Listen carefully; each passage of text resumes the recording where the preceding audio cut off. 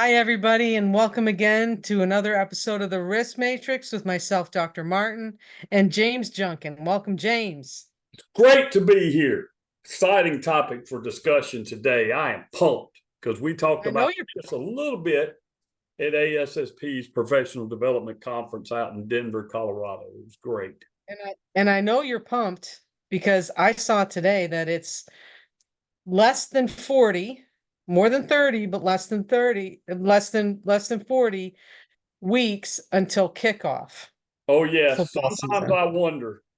I lay in bed at night during the off season and wonder, does college football miss me as much as I miss college football? I believe it does. I believe it does. I will tell you, James, that today somebody at the ice cream shop got an extra tip because I came up to the counter in my Alabama hat, and a nice young girl said "Roll Tide."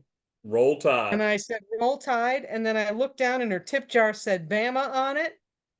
And she said, "I'm going back to Alabama in a week to go back to school for the fall." And I put all my money in her tip jar. So she was a very happy camper today. So anyways, said Roll Tide is everywhere. It's everywhere. We're everywhere. So let's get down to it, James. Today Let's do on the it. Risk Matrix, we are powered as always by Veriforce. But the episode is sponsored by Columbia Southern University, a regionally accredited SAC-COC university that provides student-centered support services that are personal, responsive, and geared toward assisting students achieve their educational goals. The CSU Occupational Safety and Health degree program is accepted by the Board of Certified Safety Professionals as a qualifier for the CSP and ASP exam. CSU also offers associate's, bachelor's, master's, and doctorate degrees, as well as certificate programs in both undergraduate and graduate programs. All programs are geared toward the working professional and specifically designed for adult learners. Members of the Veriforce Network can receive up to 10% off tuition expenses and free e-textbooks when enrolling.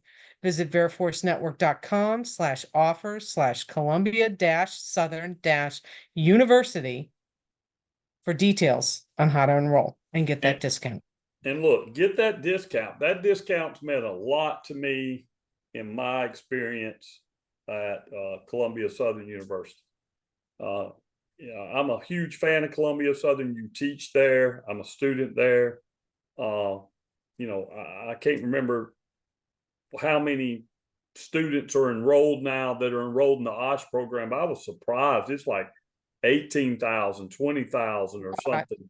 Safety professionals from around the world. Really good program, really good place to turn to from an academic standpoint to sharpen your skill set to help bring workers home safe from high hazard jobs. So this partnership between Veriforce and Columbia Southern, very important, save you some money. Check out the website. I'm a fan. All right, so let's get started, James. Let's talk about sharpening your skill set and becoming an influential OSH leader in the changing workplace. What does that mean to you, James? Because we kind of, when this came out and you were going to be on this panel, you and I kind of had a couple different takes on where that can go. How do you become influential? Well, So why don't you roll us in? well, I think, when we start talking about that, and I was the first assigned that particular topic to be on this panel of some really great industry leaders, very influential leaders in occupational safety and health. When I think about influence in a changing workplace, is that my influence within my own organization internally or my influence outside that organization? So I think it really depends on what you're looking for in the title of our conversation. But a lot of us like to think we're influential in places other than where we work. Like, I hope that more people are listening to our podcast and gaining information to improve their safety practice, their risk management, maybe their own consulting business, other than the people that work for Veriforce, that work for you, Dr. Martin, that work for me at Mariner Gulf. So, what skill sets you have to have, really good topic. And I think there's a there's some companionship, if you will, between the elements in both internal and external being an influencer. So everybody today talking about being a social media influencer. You know, I never thought of myself as a social media influencer, right? But I guess But you are. in the safety world, you and I are somewhat influencers, or try to be, on people's careers and people's practice. Yeah. So when this came out and we started talking about it, I think some people are born with the skill set to be influential, right? They just know how to push a topic, push an agenda, be effective, etc. But before you can do that, for most people, you have to learn those skills, right? And those skills, a lot of times they come from your peers, right? And so when I heard that you were going to be on this panel, I immediately thought, well, how do you get those skills, right? How did I get those skills? How did I learn to build a better mousetrap, right? And it was from my peers. So I guess one of the things that I'd like to hear is, how do you approach colleagues or get involved in things that will help you build those skill sets, right? Um, I don't know Well, if you I want think to take a stab at fundamentally, even though we're talking about influence, being an influential OSH leader, sometimes when we talk about the OSH part, we forget the leader part. It doesn't matter that this is the OSH discipline. What matters is really we're talking about how to be a better leader. So when we talk about how to be a better leader and how to be a better influencer on others and their behaviors and their careers, it really comes down to what is your purpose? Okay. What is your purpose? So everyone responds to individuals that want to help them achieve whatever goal it is they want to achieve, right? That's leadership. How do I identify what goals people that I'm trying to influence want to achieve, and what can I do to help them achieve that goal? Because if it's the other way around, which is what I want to do to get these people to help me to achieve my goal, that's manipulation, right? And people see right through manipulation. So if your goal is, I want to change injury statistics, and that's the only goal, then that's a little self-centered, right? That's something I want to do. That's my goal. But that may not be the goal of the worker that's out there. Their goal may be something different. So I think fundamentally we're talking about leadership. And how do I get to be a better leader? Leadership is a mentored trade. Okay. Whether it's someone that you've identified that you respect as a leader and you model the things that you do off them, or it's someone that you don't respect as a leader and you say, I don't want to be that person, or it's through professional development, like coming to this panel that we had at ASSP, reading books, listening to podcasts. I tell you, some of my favorite podcasts out there is Jocko Willink's podcast, around extreme ownership. I love that podcast. I listen to that podcast. I listen to that podcast almost daily. I've got it booted up as I cycle or do other things in my life. I mean, it's made me feel really good about myself. It's made me question things that I do. So I think that's part of that sharpening your skill set. When you talk about sharpening a knife, what are you doing? You've got it against a whetstone and you're creating friction. You're taking off Removing. and honing. There's work Yep. that goes on, right? Sometimes that work's painful. I know, right? I know. Yeah. So let me ask you this, right? I mean, leadership is a mentored trait, and I believe that, right? I think to some extent there are some people that have leadership skills that they come to the surface without much help. But let's say you're trying to be influential in your company, you're trying to learn those leadership skills. I want to know if I was, somebody coming up in the profession, in order to be influential, I need to start talking to people who are influential and find out what the tricks are how do I make that approach? What is a good way? What are good methods to make that approach to somebody, to see if they'll impart some wisdom to Well, me? I think when you approach people as a mentee, it really just begins with a conversation and asking questions. And people love to talk about themselves, right? And so they'll share with you their experiences, things that have gone right for them. You got to develop a relationship. You have to develop a relationship. But let me caution people that are wanting to be mentees. Respect the mentor's time.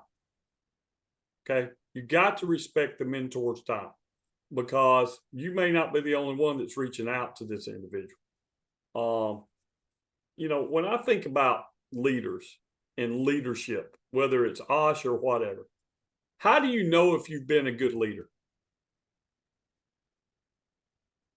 Feedback. Coach Saban Sometimes you get probably said it feedback. best. Coach Saban probably said it best. Okay. He said, you know how you can grade the metric of leadership and how influential you were on others is whether they miss your ass when you're gone. Right? So my question is to our listening audience, and when he said that I had this same question: are people going to miss me when I'm gone? Will anybody care that I've left the organization? Will anybody care that I've retired or no longer practicing? Will I leave a void in my presence no longer being there? And if the answer is no, then we know what your influence is, don't we? Now, I would venture to say that you don't want to leave a void. That a testament to a true leader Yeah, is I to agree fill with the void, is to backfill the void with other leaders, with something better, stronger, faster, smarter, etc. But we can go there too. But I understand where you're coming from. So, being influential, right? I mean, it takes a master's touch sometimes to be influential, whether it's in your own profession or in your company. What are some hallmarks of somebody who can be influential in your mind? Well, first of all, you have to be calm in the chaos. Okay. And you can't get too emotional about things. And that's hard when you're passionate about stuff. And we get this call all the time, Dr. Martin. I know you get it as much as I do. I'm working at XYZ company. I care about the workers. Nobody else cares about them but me. My management team doesn't listen to me. And what I say is, I don't know any CEOs. I'm sure there's some, but they're a small percentage that don't at some level care about their workers. Okay. They may not know what the rules are. They may decide their risk tolerance is greater than you. But you're asking for a fundamental change in their behavior in how they manage risk. So just because you feel passionate about it, they may not feel as passionate. They got other things to do than just safety, right? That we have to run the business. We have to make payroll. We have to satisfy our customers. We have to get new customers. I really don't think sometimes people appreciate how hard it is to be a CEO. There is a lot of things that pull at your time during the day. So as a safety professional, I've got to maximize my influence, not just on those that are below me, if you will, in the chain of command, but those that are above me in the chain of command. So when we talk about skills and experiences that you should have to focus on making that transmission into a director, when you're sitting in the C-suite, when you're communicating with management and you're being that executive, you make that transition from the field to where decisions get made, you've got to have a different skill set, right? So that's back to learning the language of business, right? Right. Learn the language of business. Learn what's important to the company, and then make sure that you're defining what your ask is based on what the needs are for your organization. So you have to stand in other people's shoes. Remember, back to what we talked about earlier. If it's about me, that's manipulation. if it's about what are our company's goals and how does safety fit into this company goal, here's how I'm going to help you as a CEO make your job easier, reduce risk, let safety now become something that we market. That's part of our sales tool because it's within our DNA. So let me ask you a question. Some key behaviors that you see that are consistently demonstrated by influential leaders. What are some things that every leader has? The ability to hold, the ability to listen, to look at a bunch of different points of view, but then to be able to assimilate many points of view into one course of action. Okay. I think that's probably the biggest hallmark of an influential leader is somebody who really knows how to take in a lot of information, accept a lot of information, right? Because you have to be humble enough to listen to other people's thoughts and concerns and those things, but can take in a lot of information and help make a decision or guide an action that's the best for the company. You know, I think a common behavior that I find for people that are influential, meaning not necessarily the best at their game, the top expert, that has technical skills, and that will help you, and that never hurts you, right? But you don't have to necessarily be the smartest person in the room, but you do have to have key behaviors to influence people to do the things that you need them to do to help them achieve the goals that they want to achieve, often when they don't want to do it. And you need to know how to assemble that team.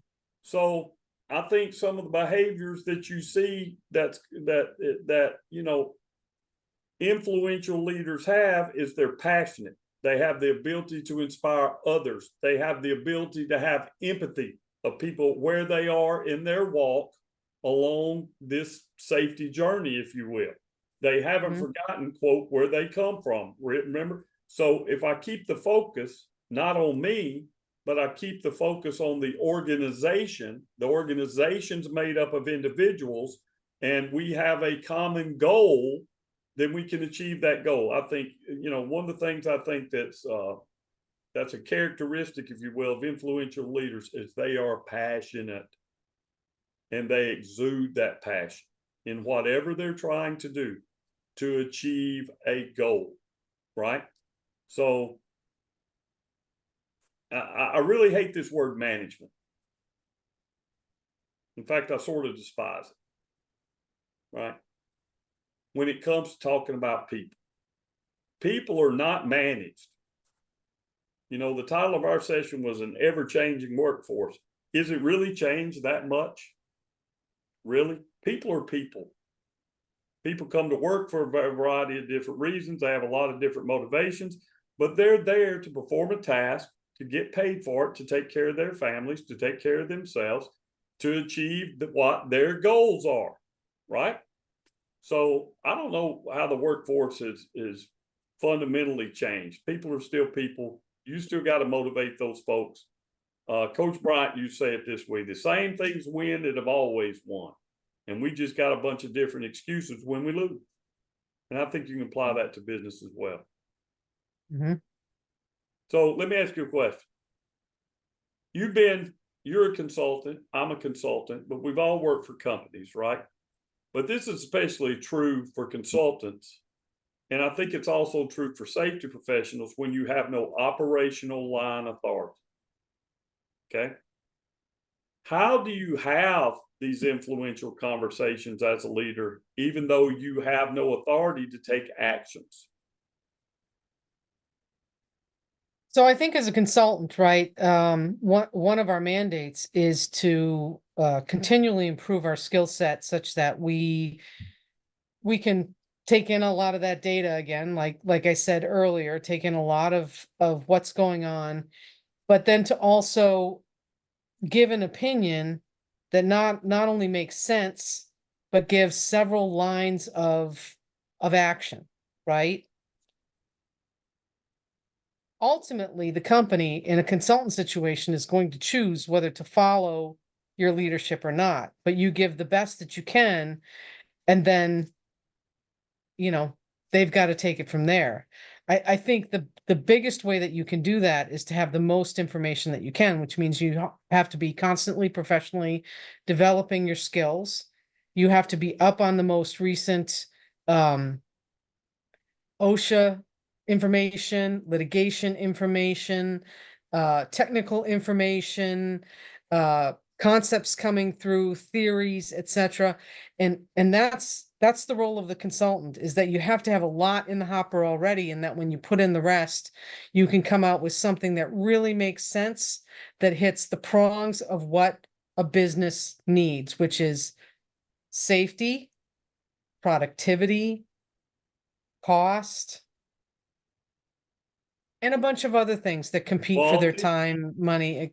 Yes, you that know, that compete for their resources, right? And that, as a consultant, is how you lead. I had a CEO tell me one time, in a very large organization, people are always talking about budget. And he told me, they don't have a budget. I have a budget. They don't have operations. I have an operation. The buck stops with me. I'm responsible for all of this, right? So when you're fighting for budget, when you're fighting for attention, when you're fighting for allocation, you need to be able to influence the decision-making process. So I would say, as a safety professional, one of the things that I've tried to do both as a consultant and inside organizations is you've got to set time with the decision makers in moments where they can focus on what your advice is. Like, catching me first thing in the morning and wanting to have a chat is almost impossible. I'm running from about 6:30 in the morning till I kind of slow down a little bit to a normal pace around noon. Meetings, things that are deliverables, emails, phone calls, all that. If you got to pick your time. And so I would say, particularly from an OSH professionals trying to influence his management team, have some regularly scheduled time on the calendar. Don't just grab the CEO in the way to the water cooler or in response to an incident, right? Have a time that's set up on the calendar to have conversations and plan for those conversations, right? Planning for those conversations also means having conversations when there isn't something on the table that requires influential leadership. Yeah. It means making time to build the relationship so that there's trust involved before you get to the point where decisions have to be made. I'm the chair of the Veriforce Strategic Advisor Board. I meet with the management team there and different managers in the C-suite at regularly scheduled intervals once a week. And No matter what. sometimes we don't have anything on the agenda. Sometimes we're just talking, what's going on? What's going on with you? So I would say you got to calendar that important time. You build those relationships. You have opportunities then to influence the leaders and their decision making.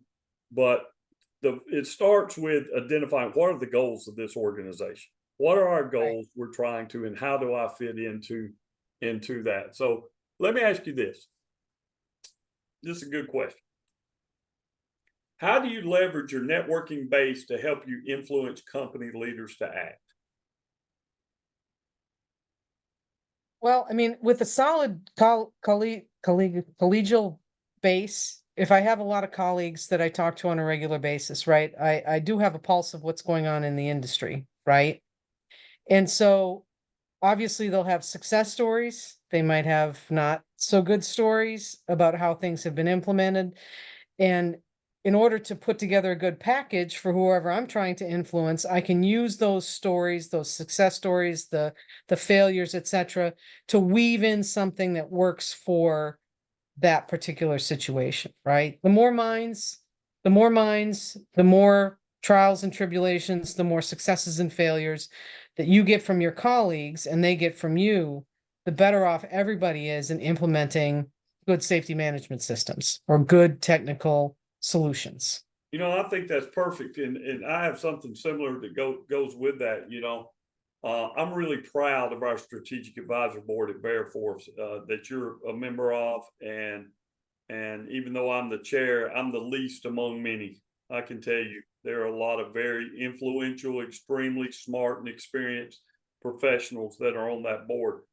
But assembling a team like that helps me say, the other day I was talking to Dr. Martin about this issue we're having. I was speaking to Alan Rice, who was a guest earlier, about AI, right? It's not James's idea. I'm drawing on my sources within my sphere of network to say, hey, I've reached out to the experts and they think this is what we should do. Just like having Brent Kittlecamp on in our earlier episode, all these questions about heat illness, the new regulations, Chevron deference, all that, if I want to gain influence, I need to come with some facts supported by experts in the industry. We need to do this. I was talking to this person. Here's what's happened to this other person if this didn't happen. So this is where that professional networking comes in. Right. Okay. If you want to influence others, then you need to have a strong networking. So let me ask you a question. How do you develop a strong network?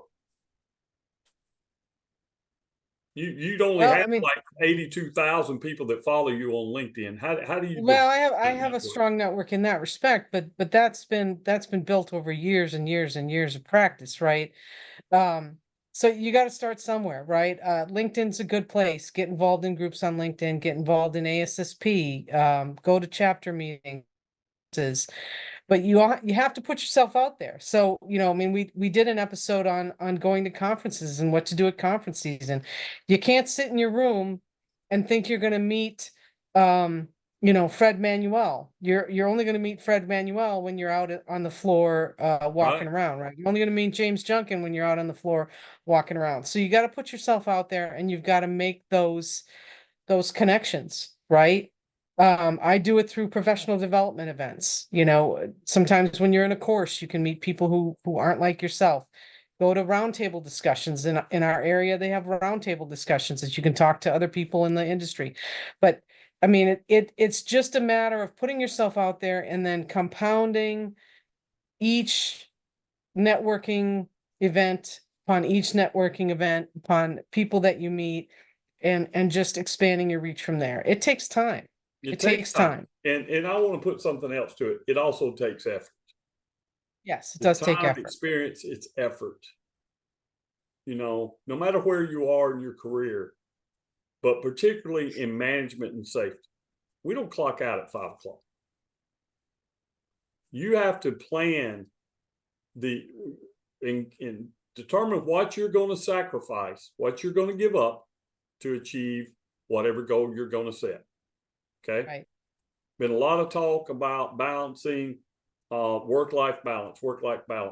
I am the worst person to talk to about balancing work-life balance because I don't know how to do it. You do the best you can with what you got. I try to make the time I have with my family quality time. But if you want to go get your doctorate, you want to run a multi-million-dollar consulting company, you want to volunteer and give back to the society, I have to sacrifice some things, right? That's correct. You got to sacrifice some things. So as you're growing this network, I would say set aside some time to do some of these activities that Dr. Martin's talking about. Join your local chapter. Go to conferences. Call up your colleagues. Have colleagues you can call and talk to. Man, I spend a lot of time on my time talking to you on the phone, my mentors on the phone. Sometimes we're talking about work. Sometimes we're talking about Alabama football. Sometimes we're talking about what. But what we're doing is building a relationship where there's trust. There are respect. things that respect. There are things that come up in conversation that I can put in my toolbox that I can later use to, in situations where I need to influence others. So that's right. I think, let me ask you this. You mentioned Fred Manuel.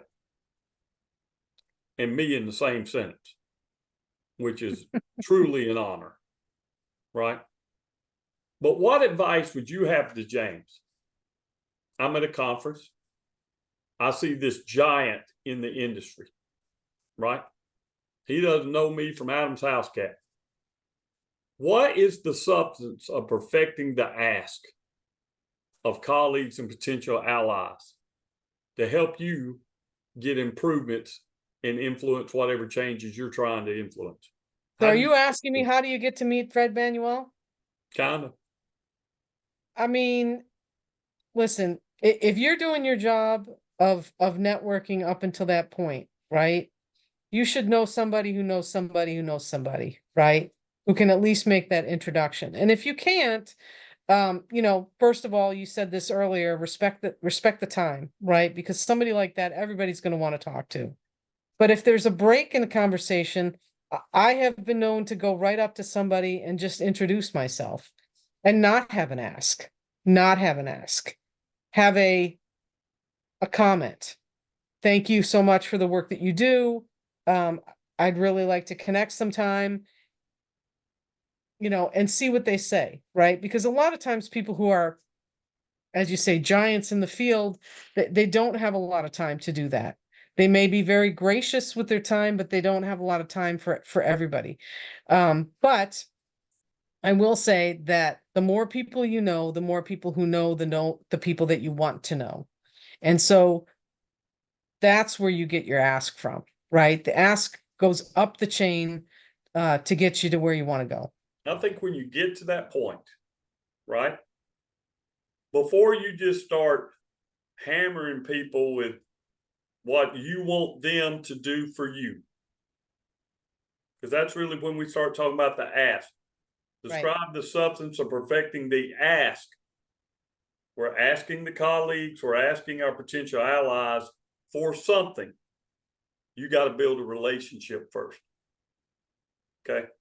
Now, I'm not saying you got to spend 20 years, but you can't just jump into a conversation and say, I need you to do this, I need you to do that. Hey, what would you do in this situation? There has to be some sort of ice breaking and common ground, right? Right. And ask go both ways. So you also have to be willing when people ask of you to give. Right. Give.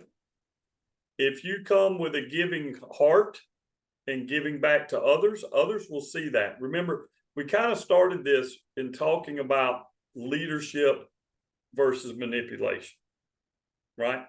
If it's always about me and what I can get for me and how do I influence you to help me achieve my goals, that is manipulation. Okay. But if we can meet on common ground and I can show you how I can assist you to achieve your goals and at the same time help me achieve mine, I think that's where you kind of start approaching other people, particularly in a company setting where we need operations to manage safety for us. We cannot be everywhere at once. We have to be their ally. We have to say, right. How can I improve your process? How can I make the workplace safer? What do you need from me to help you do your job? So then when I come to you, me having helped you, you're more willing to help me. So last thing, right. What's the most important skill you've learned to advance your abilities as an OSH leader? What's your most important skill? To be humble. To be humble. And I will say this on a line level. I will say this in a room full of executives or people with 30 years of experience, fellows of the society, people at BCSP on the board. The biggest thing that has helped me is to know that I don't know everything, and that a lot of humility goes a long way towards crafting a good reputation in this field. Well, I'll give you mine. Well, I think the most important skill I've learned to advance my abilities as an OSH leader is everybody brings value. Okay. So I don't have to just reach out to the top of the industry to get their opinions. sometimes the best ideas come from the Right folks from the that field. just started yesterday, right? So I think listening to other people, being a lifetime learner is probably the most important skill that I have, right? Yep. That we've never arrived. Agreed. I'm always going to be striving to get better, to hone the practice, to make sure that what I'm doing is helping other people get home safe from high hazard jobs. So, Amen. Whatever your motivation, your skill set is, we don't all have the same skills, right? But find and as long as you keep others first and you second, you'd be amazed how many personal goals you're going to achieve. Agreed. What a great episode, James.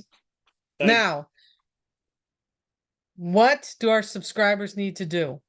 What people listen to us? How do they? Listen, I've been telling people what they should do. Let me put it this way. Your mama wants you to watch the risk matrix, okay? To listen to the risk matrix. So if you enjoyed this episode, go back and look at some other episodes. We're over there on the Veriforce YouTube channel. Go over there and smash subscribe. That way you're notified anytime we have a new episode, right? Episodes come out every Tuesday. Go and hit that like button. Join the conversation. Hit us up on LinkedIn. Hey, you want to be a guest? If you got something cool Let us know. to say, we will put you on the risk matrix. You'll be in the risk matrix, baby. Also found on Spotify. We appreciate all of our listeners. We love feedback. I love to get messages from people that say, I was riding down the road today listening to the risk matrix. That's pretty cool. Right on. So thank you everybody for listening to another episode with us, and there'll be more to come every Tuesday. And thanks for bringing workers home safe from high hazard jobs, and roll tide.